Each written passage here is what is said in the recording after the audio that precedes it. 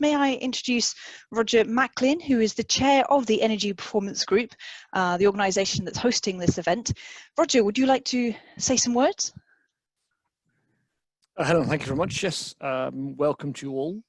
This is, I think, our third virtual power hour. So just to give you a little bit of background, the CIBSE Energy Performance Group, which is what this is being run under the banner of, is part of CIBSE, so the Chartered Institute for Building Service Engineers. The Energy Performance Group itself has kind of a mission, if you will. There are four aspects to it. Our goal is to improve the energy performance of buildings. It's to provide an expert Q&A forum covering key aspects of energy performance. It's to enable network opportunities like this, and to respond to and support the implementation of emerging legislation. We started running power hours a little while ago. They are intended to be just 1 hour with a kind of hard time limit on it. And in all cases, we ask 3 or 4 experts in the field to present on the subject. So I'm really sure, having heard a number of the presentations so far, I'm sure you're going to have a really, really good and entertaining hour. So, Helen, thank you. Let's crack on. I would very much like to introduce our 3 speakers to you. First of all, Sarah Merrick will be speaking. Sarah, can you give us a wave, please? Thank you. Now, Sarah is the CEO of Ripple, and she'll talk about green tariffs. Sarah has worked in the wind energy industry for about 20 years, and prior to setting up Ripple, she was head of public affairs for Vestas, and prior to that, an economist in the global strategy team of RES. And she has been the vice chair of Renewable UK, the UK's trade body for wind energy. Now, following Sarah, Richard Murphy will talk about power purchase agreements, or PPAs. Richard, can you give us a wave, please? Richard is the managing director of the Energy Consortium and is a highly experienced energy professional with experience of all sectors of the energy industry, from supplier to buyer. And Richard was appointed to lead the Energy Consortium in September 2012. Now, finally, we will have James White speaking. Could you give us a wave, James? And James will talk about offsetting. James is a sustainability executive at ClimateCare, and his focus is on harnessing the potential for the private sector to be a force for good by creating solutions that work for everybody, companies, communities, and the environment. As Helen said, I'm Sarah Merrick, founder and CEO of Ripple Energy, and I'm going to be talking about green tariffs and whether or not they deliver what customers actually want or expect out of them. So I'll just give you a quick introduction to Ripple. So we are a clean energy ownership platform.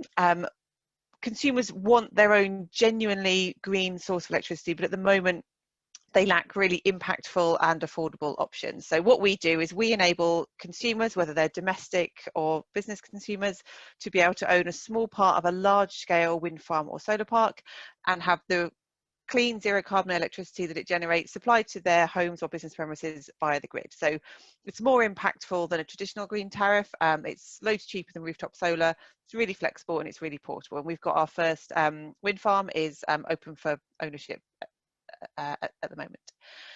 So just so we all know, obviously not everyone knows what a green tariff is, and so presumably you wouldn't know what a green certificate is. So what I'll just give you a quick overview of what they are. So a green certificate is also interchangeably called a REGO, which is a renewable energy guarantee of origin, and this is effectively the greenness of electricity. So if you have a bit of you can have some electricity from a wind farm.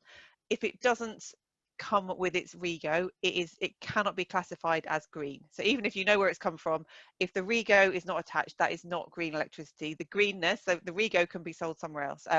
So yeah, the green certificate is the greenness, and they can be traded completely separately. So you could, if I've got a wind farm, I could sell my electricity to one electricity supplier and I could sell my REGO to another, and it's the supplier that has the REGO that can call that electricity green, or it can lump it together with a different bit of electricity and call that other bit of electricity green, even though my actual electricity I've sold to somebody else. And this fungibility or sort of interchangeness of the various different sources of power, value, means that I can sell my REGO to whoever's going to give me the best value for my REGO, and I can sell my electricity to whoever's going to give me the best value for the electricity. But it means that the two, you don't have to sell your REGO with your electricity. Now, REGOs can be traded across Europe. So just to give you a quick, we import a lot of REGOs. So last year, 57 million megawatt hours worth of REGOs were imported, and that's roughly around 20% of the UK's consumption. So lots came from Italy and Sweden, some sort of Denmark and Belgium as well. But essentially, if you add together the UK's production and then the net import, so you obviously deduct the ones that we export as well, it covers around 50% of the UK's electricity. So there are lots and lots of REGOs in the market available, sort of sloshing around the market. Now, as I said, in terms of how people get their value from their wind farm, as I said, you can have basically 3 different sources of revenue for a wind farm. So you've got the power. In some cases, you've got a subsidy, and you've got your REGO as well. Now, just to give you a sort of indication of the sort of scale of the different sources of value, the power you might expect to be sort of £50 a megawatt hour. The subsidy in some cases can be sort of 40 to, for some offshore wind farms, it might be even up to sort of nearly £100 a megawatt hour under the RO scheme. And then the REGO is roughly around 50 pence a megawatt hour. So you can see the REGO, if in terms of driving new deployment of renewables, historically it has been the power and the subsidy that have driven new investment. The REGO is sort of just a sort of extra add-on. It's not the REGO itself which is driving deployment, because it's just, compared to the other sources of revenue, it's just such a tiny part of the value. Now, in a unsubsidized world, so obviously we're moving away from subsidies in the UK and increasingly elsewhere as well. So even if you take out the subsidies, the power, 50-ish pounds a megawatt hour, the REGO being around 50 pence a megawatt hour, it's still not going to make a big difference even in a subsidy-free world. So it's still really, really marginal. So it's very unlikely that you're going to get a new wind farm being built that wouldn't have been built otherwise, just because there's a green certificate attached to it. So now, in terms of what is a green tariff, so a green tariff is basically electricity that is marketed to consumers as green, because that electricity has a REGO attached to it, and then the supplier has to retire the REGO according to how much electricity they've sold under green tariffs. But essentially, in terms of the physical products, you can effectively have brown power, which is sort of any power in the market, essentially sort of generic power. If you put a REGO with that then becomes a green tariff. So the green tariff is not the actual electrons that have generated that, or are that electricity, they don't necessarily have to come from a green source. It's the REGO is the greenness, and that REGO can turn any electricity green, essentially. Green tariffs are a huge part of the electricity market. I think in terms of the domestic market, it's over 50% of domestic consumers are on green tariffs, whether or not they like it or not. So I think OVO is just about to switch everyone onto a green tariff. Shell Energy has done it. E.ON has done it. This is without sort of customers specifically requesting it.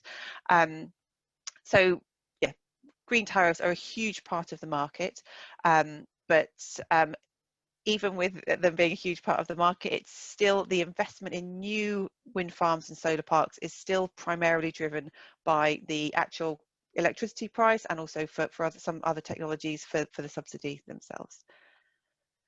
Now, I think it's really important to work out what consumers actually want and expect from a green tariff. Now, you might have heard a couple of weeks ago, the UK's Climate Assembly, the sort of Citizens Assembly, reported on this. Is sort of over, I think it was 6 months that they met for, and this was sort of, over 100 sort of normal, non-expert people learning about climate change and the possible responses to it.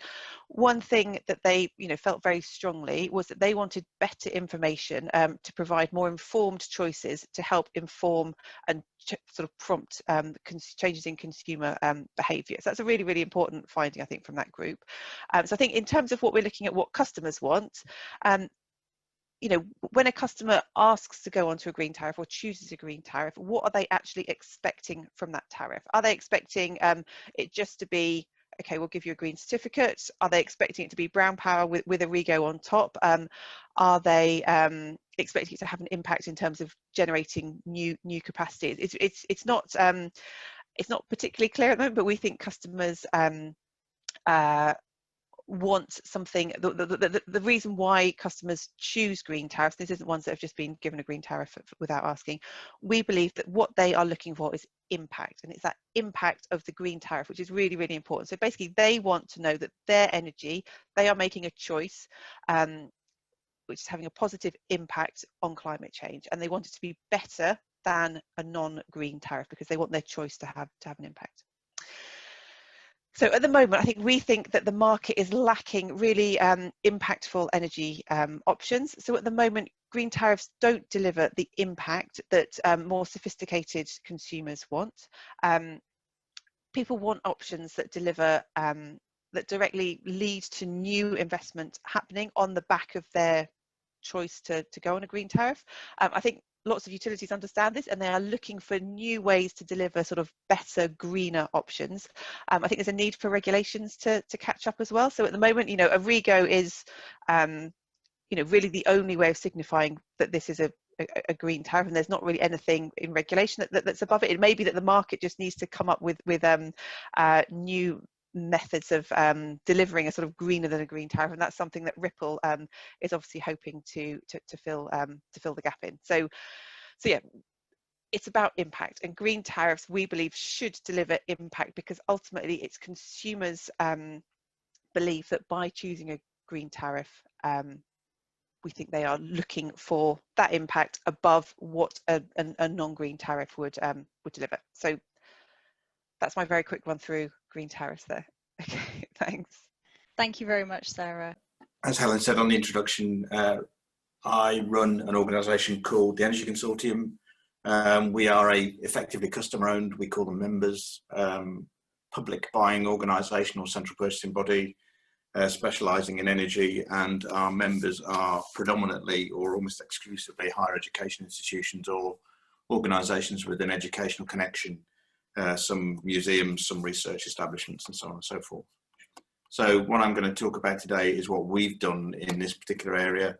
And what we did was established and started delivering renewable power from 5 dedicated wind farms, existing wind farms operated by Statkraft in the UK. That arrangement started delivering renewable power to a proportion of our membership who'd chosen to commit some of their volume to this arrangement, and that started delivering in October of last year. The idea was obviously to get some price benefit, and compared to available price at the time, we believe that the purchase of this 10 megawatts or so of renewable power has saved our members around about £7 million for the duration of the agreement. Obviously to support renewable generation in the UK, and whilst this was for established or existing wind farms, we want to look at, and we've got the facilities to look at others, which will hopefully add to the renewable base in the UK and bring about additionality. To assist higher education institutions to achieve carbon reduction commitments. Many of them have individually declared climate emergency and accelerated plans to achieve net zero carbon before the 2050 date, and we think this is a key part of that. And obviously in supporting that, to support the domestic and global carbon reduction targets. Importantly, the commitment that we asked from the members who joined this arrangement, 20 higher education institutions essentially, as a first tranche, was to be set at a level to allow flexibility in their future estate and energy consumption. What we said to them at the time, without being at all prophetic, was to say, you don't know what energy you're going to be consuming next year, let alone in 10 years' time. or in 5 years' time, this particular deal is a 10-year deal. Who knew what impact a pandemic was going to have on their energy demand? So fortunately, they committed between 10 and 30% of their baseload demand for the period of the deal, because we don't believe it's an all eggs in one basket approach. The challenges we faced along the way were significant. In talking to generators, a lot of them said, well, yeah, it's fine, you asking for us to commit to a price and to an arrangement, but nobody's done one of these deals before, so why should we believe that you're going to be the first? If you look at some of the existing power purchase agreements, or they generally get called CPPAs, or corporate power purchase agreements out there, the documentation can quite often cover the surface of a table and be hundreds of pages long. So we tried to bring down the length and hence cost of those agreements. The price aspirations from generators was also a significant challenge. We were talking to generators over a period of about 4 years, where we'd enabled the delivery of these sorts of arrangements through our frameworks. And to be honest, most of them viewed that there was a significant premium to the market to be had from these arrangements for them and for their investors, rather than be at or at a discount to the market. The intermittency risk is also a massive issue, and this one comes out in particular on the next slide, as you'll see. But we believe you should buy it balanced, and as base load, you want to be able to be buying energy through a power purchase agreement when you need to consume it, and not when it's just necessarily available and have to go out to the market or through your existing arrangements to top up the amounts that you need when your particular asset is not generating. Critically, and as a central buying organisation, we'd always say you have to have a framework to deliver it, and via consecutive suppliers. So these arrangements are typically 10, 15, 20, or even in the case of solar, 30-year deals, whereas the typical period for energy supply contracts is between 1 and 3 years. So you need to have that framework and know that you can always deliver it via a licensed energy supplier. We found the big difficulty was also getting the end users on board and to that exact level. Our operational contacts were very enthusiastic about this, but when they took it to their seniors, it was often difficult to get buy-in, and ultimately they're the guys who've got to sign the paperwork. We were also challenged to avoid the greenwashing label, and we did that by attaching, and it's interesting, picking up from Sarah's presentation, we attach the regos to what we buy. So there is that empirical evidence through the process, and ultimately when we deliver the power, we retire the regos as well, so to try and avoid that greenwashing challenge. But also recognise it as part of an energy price and volume risk management strategy. What I mean by that is, we operate arrangements whereby we buy power and gas for our members on a day-ahead basis, on a month-ahead basis, on a 3-year basis. And so by going out and doing power purchase agreements, in this case on a 10-year basis, it's just buying into the market and achieving some price or isolating some price risk on your strategy for buying your energy. I talked about the difficulties of matching offtake with generation. On the left here, you've got the typical generation curves of a number of wind farms generating at all times through the day and to varying levels. And the challenge is to match that to the typical demand profile, which is the one on the right-hand side. That slide kind of speaks for itself, and received quite a lot of acclaim ahead of putting this presentation together. I think it really distills the essence of what we're trying to do here. And then, of course, you've got to look at the price, and the best way of looking at price and what is a competitive price is to look backwards. These are the prices in the October round each year, and October is the key contract round for most electricity contracts, both on an average month and on an average annual basis. So when you're picking your price for a 10, 15 or 20-year period forward, your decision on what's a good price is often impacted by what's been a good price in the past. But again, the aspirations of generators was typically above these levels. So I think this slide for us captures those challenges and the decisions that need to be made when entering into a PPA. So considering the key variables and the business models, what technology do you want to link to? What size and output of the technology are you looking for? How big are you as an off-taker in comparison to your generator? What's your risk profile, and how is the asset financed? Because the finance of the asset can have significant implications on those pricing assumptions. Talked about the pricing assumptions on the previous slide. What prices are you accepting versus a typical supply contract? There's visibility in the wholesale market for around about 3 to 4 years forward, albeit it's a little bit of liquid, but there is a reliable pricing comparator. Beyond that, it's forecasts, and it's not an actual market. It's not a traded market. Energy doesn't get traded that far out. What might change over the contract and lifetime, and what can be mitigated? Again, we've already seen the fact that the various renewable generators are in receipt of subsidy, and we've got a REGO regime at the moment. What's the guarantee that that REGO regime is going to be in place in its current form on a long-term basis? What duration are you prepared to enter into for the PPAs? We had some very interesting discussions with universities on this one and settled out at 10 years. Well, why 10 years? Well, we were just told that's the typical tenure of 2 finance directors. The guy in post at the moment is quite happy to sign up for it, and he's quite happy to sign the next guy up for it. But beyond that, there's a degree of nervousness. And also, what's the involvement of the supplier? You've got to optimize this thing with your supply contract, deliver that 30% of your power in, and what do you do to source your other 100%? And what proportion of your volume can you invest based on what your expectations are, not for just for now, for next year, but for 10, 15 or 20 years out, in terms of this as a proportion of your overall demand. The electrons and financial flows are quite complex, as indicated by this slide. First of all, the flow of electricity goes from essentially the generator to the balancing services provider. The balancing service provider then delivers to, in this case, our framework supplier, which currently is EDF.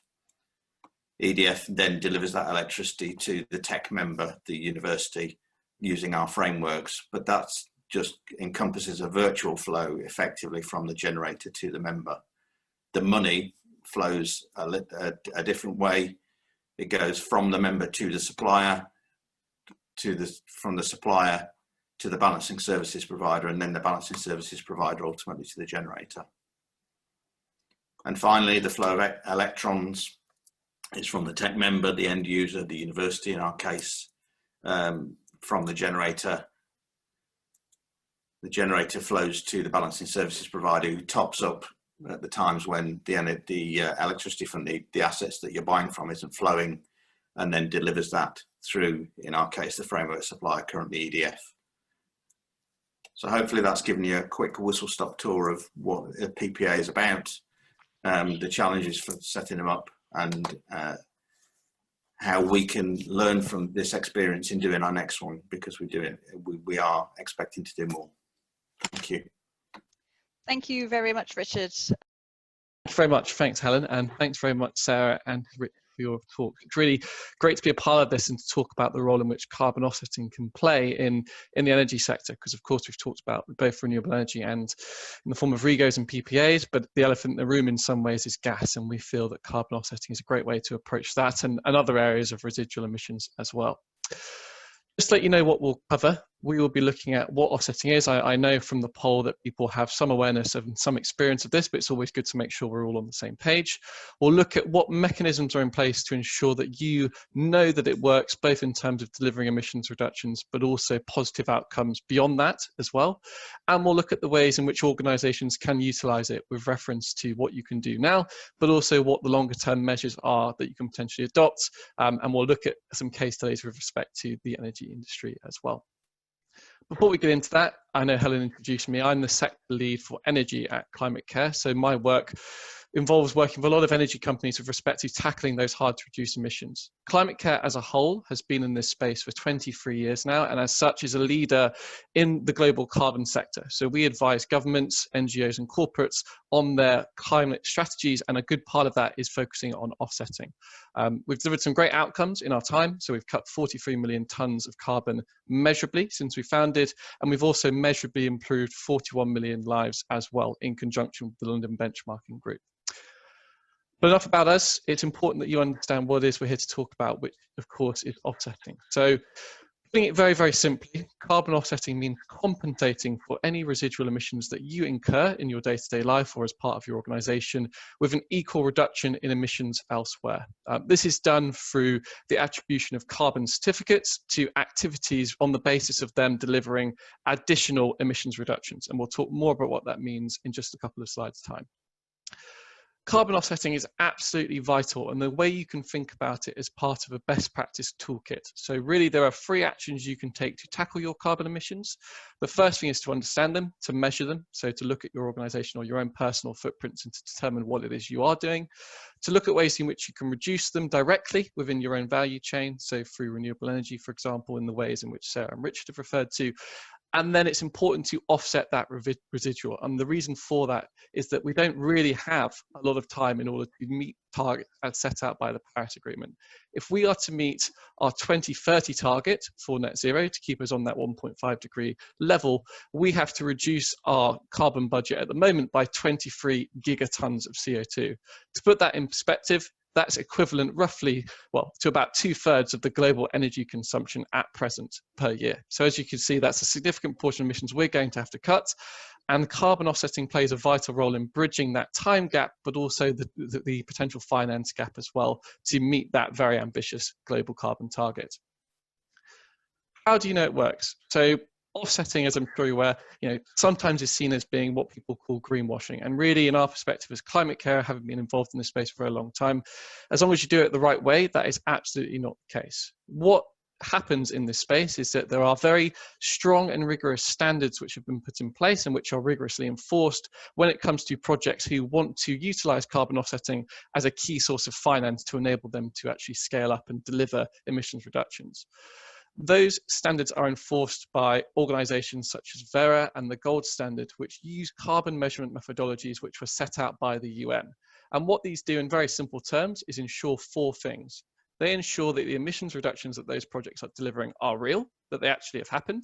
They ensure that they are measurable, because of course, if you're talking about compensating, you need to be able to quantify that.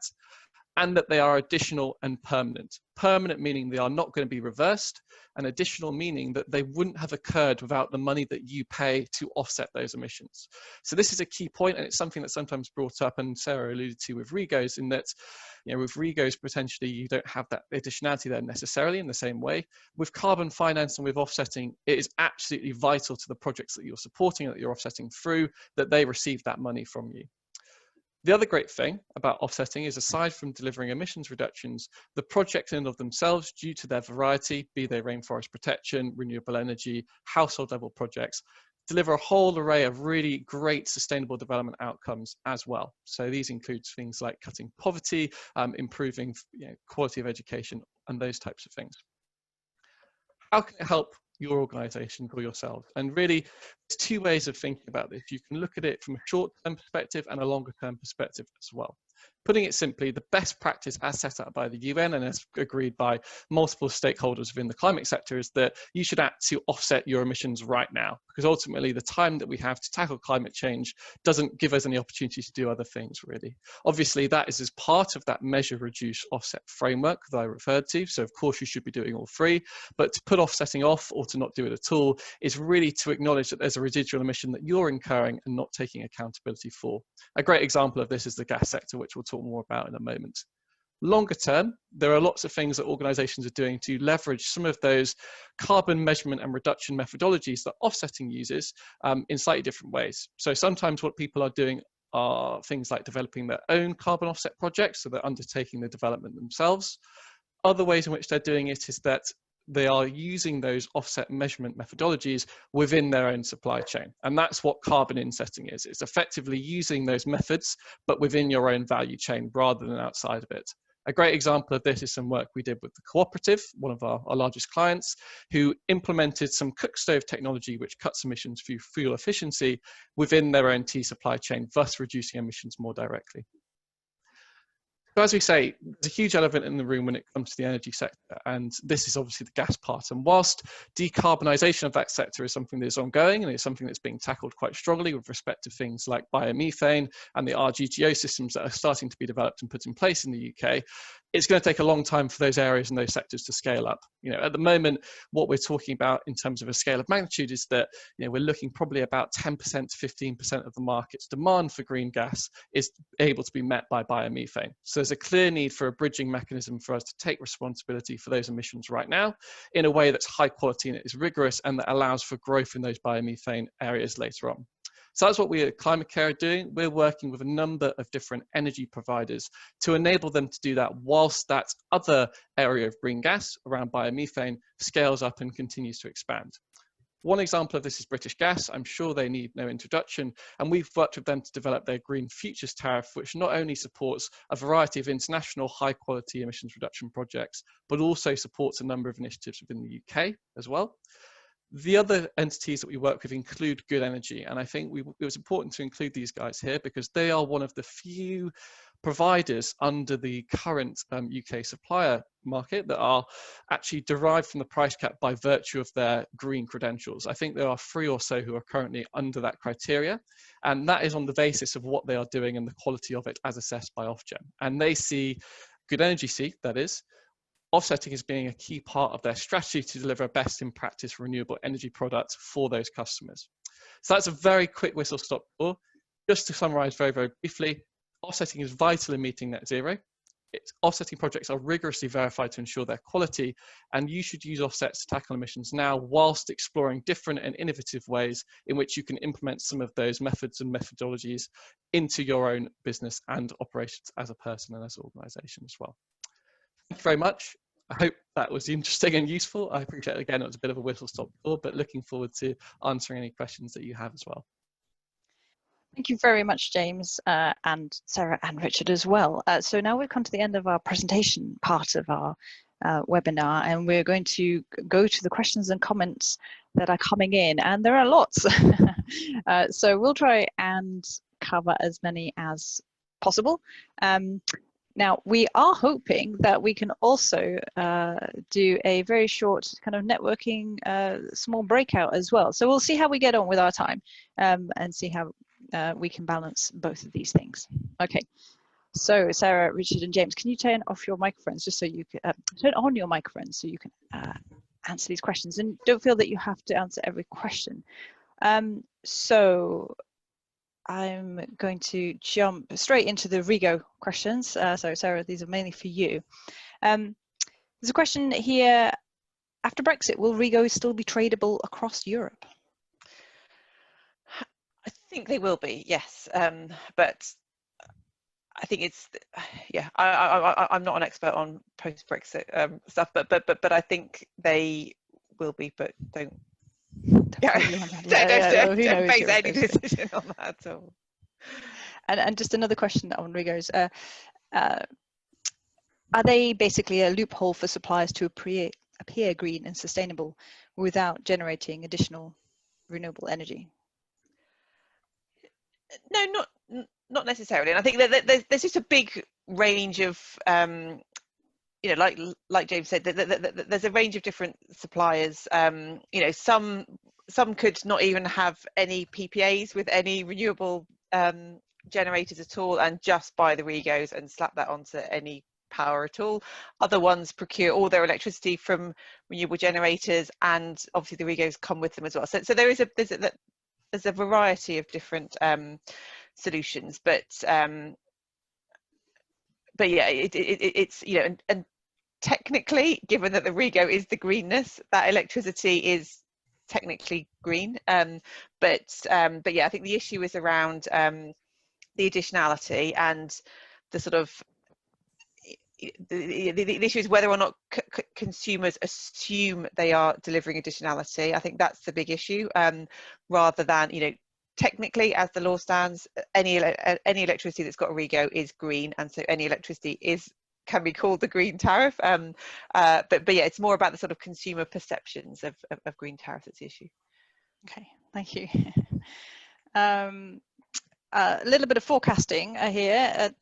There's a question about thoughts on where energy commodity prices might go in the future, i.e. beyond the next 4 years. Would any of you like to do a bit of forecasting on that question? Yeah, so there are a variety of sources for these types of forecasts. BEIS does some in order to try and do some, to set some background for policy. National Grid also do some forecasting, and then some of the more expected commodities houses such as Baringa do some forecasting. At the point at which we did our PPA, some of the forecasting for the latter part of the period of the 10-year period of the PPA for winter prices, winter baseload prices, we're looking at stuff in excess of 70 to 75 pounds a megawatt. To give you a sense of where we are at the moment, winter 20 prices are currently around 50 pounds a megawatt. And in the window of the real market, that 4 years, the prices for winter base load are between 50 for winter 20 up to about 53 to 54 for winter 22-23.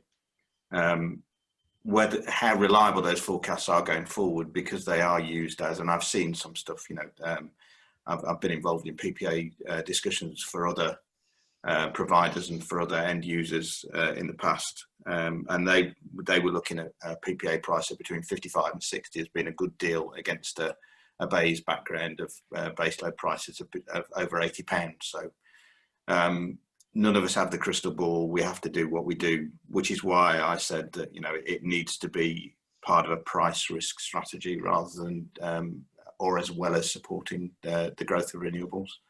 But no, okay. Very unpredictable. Well, indeed. Thank you. James or Sarah, do you want to comment on what the future might look like in terms of energy prices? Yeah, it's as Rachel said, it's very, very hard to forecast. I mean, with Ripple's model, basically, if people buy enough electricity from the wind farm to cover their consumption, their commodity price becomes the operating cost of the wind farm. So they get that stability. So you know what the wind farm is going to cost to operate for 25 years. So you are sort of insulated from wholesale price variations. How good a deal that is, obviously, ultimately depends on what the wholesale price is, but it gives people that stability for the long term, which you can't really get anywhere else. So yeah, it's very, very hard to predict. We use the BEIS numbers just because they are so transparent, basically, and we have to be able to point to some numbers, and those are ones that are so easily available. Thank you. Okay, I'm going to pull in a different question that pulls in offsetting and brings it into the what are the steps that people could take in what order. So we have a comment from someone who says they work with councils who are determined to only use offsets for the very last or small part of their emissions, such as the last 10%. Sarah, Richard, James, how would you place green tariffs, power agreements and offsetting into some sort of hierarchy? What would you advise doing first, or in isolation? Do you mind Please go ahead, James. Yeah, that's all right, guys. So it's a great question. It's great to hear, firstly, that you're at the end of obviously your reduction process, you're going to take responsibility for that residual 10%, and obviously that's a key part of all the net zero narratives that are going on. So that's fantastic. In terms of what we as ClimateCare would advise and what is kind of the consensus on best practice when it comes to balancing offsetting, measurement, and reduction, the idea is that obviously you measure first, and then where possible what you do is you measure and then offset as you go along, essentially. The idea being that even if you focus exclusively on reduction, which of course is important, absolutely vital, as you go along, you're still going to be accruing a residual emission. So say 1 year your emissions are 10 and next year you reduce them to 5, there's still 5 tons there that have been left essentially unaccounted for. So offsetting as you go is absolutely vital. And the reason that we talk about it, as I described in my slide, as a complementary tool set is that actually it's designed to be used like that. And I think this speaks to some of the points you were referring to, Sarah, around the need for a pragmatic set of tools to be used collectively to actually tackle this issue. Offsetting, in comparison to longer term reduction methods, tends to be more cost effective. It tends to be more time effective as well in terms of delivering things immediately. But obviously it's not a solution long term to actually deliver the reduction that we require, and it should be treated as such. It's something that we should use to help plug the bath, as it were, whilst we turn off the taps. And that's a good way of thinking about it with respect to your own personal climate strategies as we as ClimateCare understand it. Sarah, Rich, I don't know if there's anything you want to add there, but I think ultimately for us, it's about recognizing the use of all these tools as part of a comprehensive strategy. Yeah, I mean, I think we would, we definitely put Ripple above green tariffs and green PPAs, because you've got that additionality. You are making new wind farms and solar parks be built. So you've got that long-term impact, which you don't get with any other things. But yeah, I mean, how you most people would want to have a sort of variety of different whether it's sort of on a climate mitigation but also on a sort of price mitigation where you'd have a range of different solutions that businesses in particular would use. I think for me it's just a reiteration of what Sarah said on one of her slides at the moment, is that regulation and reporting rules are lagging behind what the true availability and accessibility of renewable power is.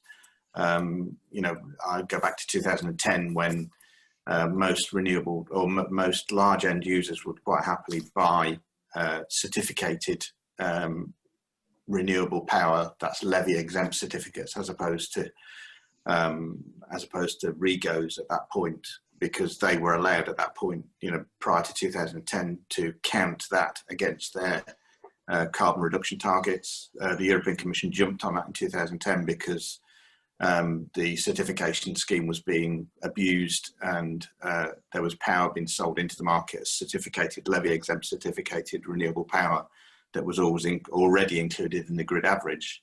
So the way that they put a stop to that is said you can't claim the carbon benefit anymore. Having put that to one side, and with us and supporting additionality, genuinely with the universities purchasing large amounts of renewable power to build new assets, the fact that they can't now claim that benefit for a piece of generation asset that wouldn't have been built without their support is probably something that's lacking at the moment. Thank you. A question for James on offsetting. So we have somebody in the audience who is not convinced by offsetting and wonders, based on the statement you made, James, about how offsetting projects are very vigorously reported and checked. Well, for example, those projects which involve planting trees, is what long-term, 20, 30, 40 years, what long-term mechanisms are in place to make sure that the trees are protected, but they still are sequestering carbon? Would it not be better just to actually put money towards carbon capture and storage mechanisms which currently exist and claim to inject carbon emissions into rock strata? Sure. No, it's a great point, and it's one that we often come across in talking to offset projects.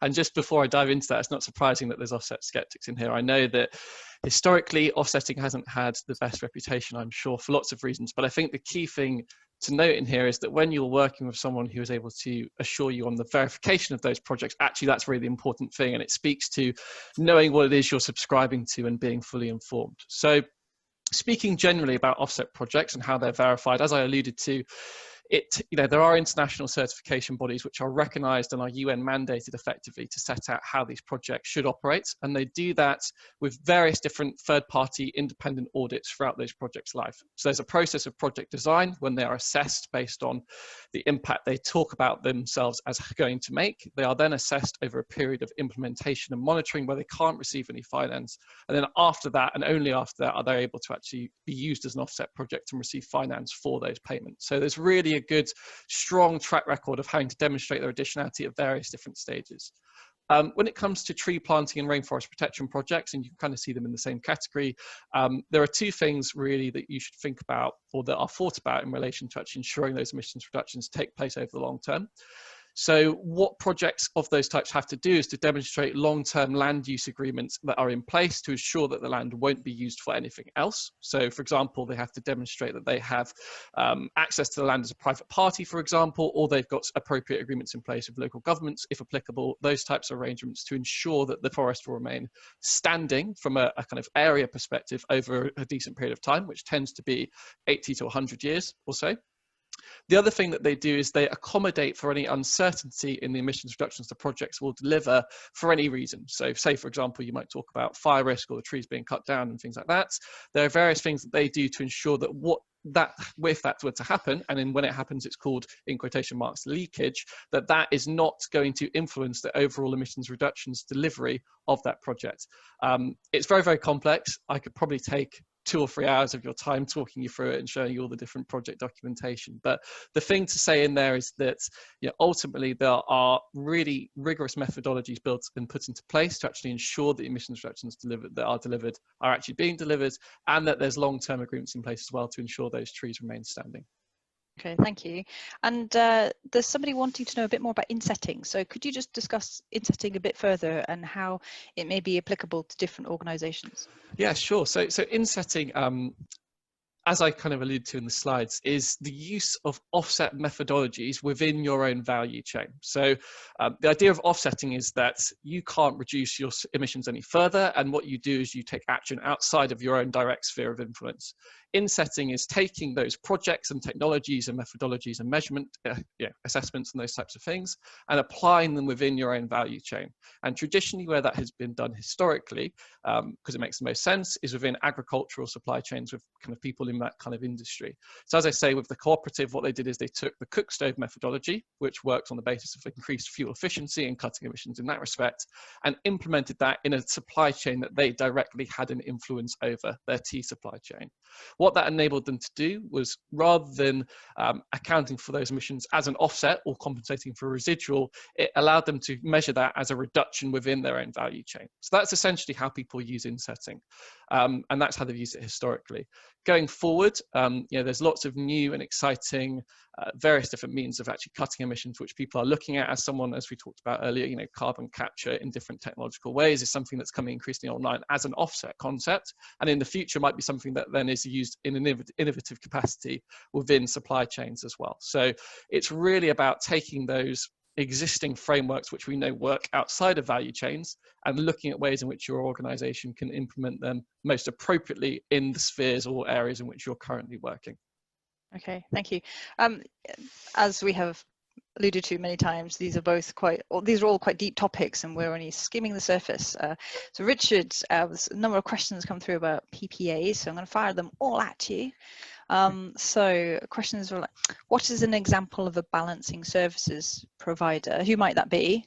Do PPAs provide additionality, i.e. funding the creation of additional renewable generation sources?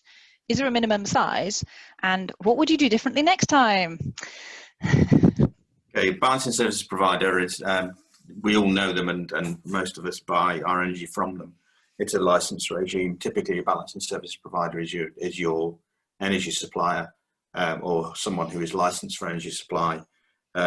We use an organisation called Squeaky Clean Energy, who are also a renewable supplier. So in that instance, when the power isn't available from any or all of our assets, we know that they're topping up or balancing the requirement with renewable energy. Minimum size for PPA, typically 5 megawatts of base load equivalent. That's 5 megawatts every half hour of every day of every year. To put it in context, our largest single member, a university, a very large university, has around 13 megawatts of base load. So we anticipated, and say 5 megawatts is what's talked about now. It's a question of what price you'll get and what period you're asked to commit that. No single tech member, no single university I can be fairly confident in the UK, would be big enough to source 100% of their energy via a PPA, which is why we go for a proportional approach and why we've taken these 20 institutions first off to the market in aggregate, because that's the only way we could build enough volume. What would we do now that differently? Well, I think the opportunities to us are very different, and it's also that bit of additionality. Then yes, absolutely, we want to support additionality and bring new to earth generation onto the network as part of this approach. Unfortunately, that's been a bit of a difficult one to do, because I think developers and investors in particular still have very lofty price ambitions around what they expect to sell their power at in return for building these new facilities.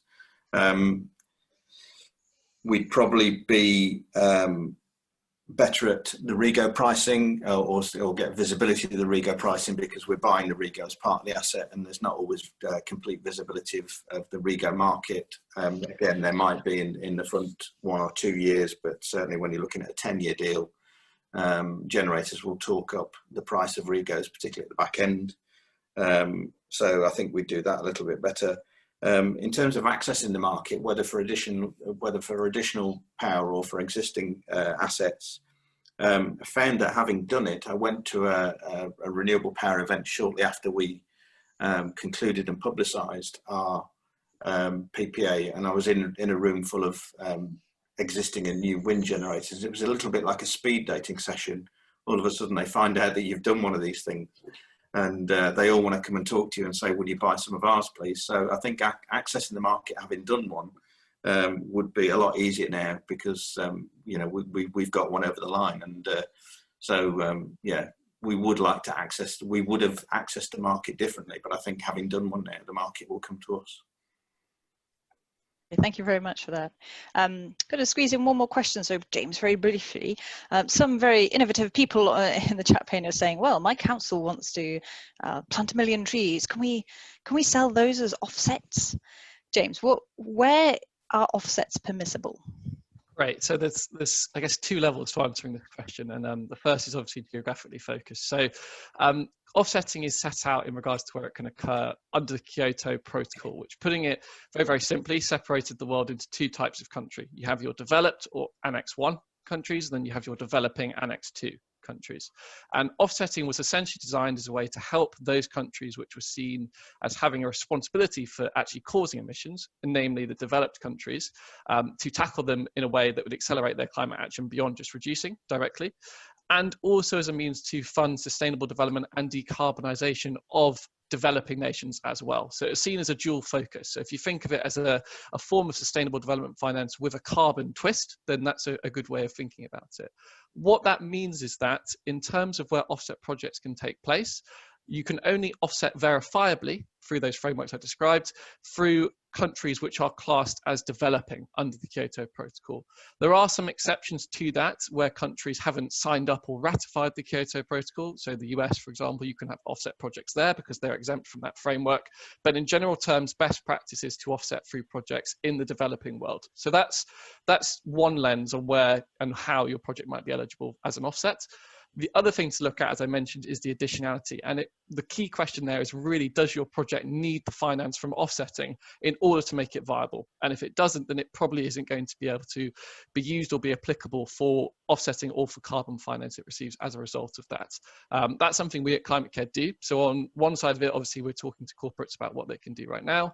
On the other side of it, we're talking to potential project developers who are coming to us with initiatives that might require carbon finance, and we're helping them to understand what the applicability of that would be in their particular instance with respect to all the different frameworks internationally, but also at its core, really, is that finance going to make a concrete difference to that project's ability to run? And if it is, then we're happy to support them. But those are the 2 main things. It's a question of geography, but moreover a question of actually whether that project does need that finance, because that is key to driving the additional action that offsetting is meant to deliver.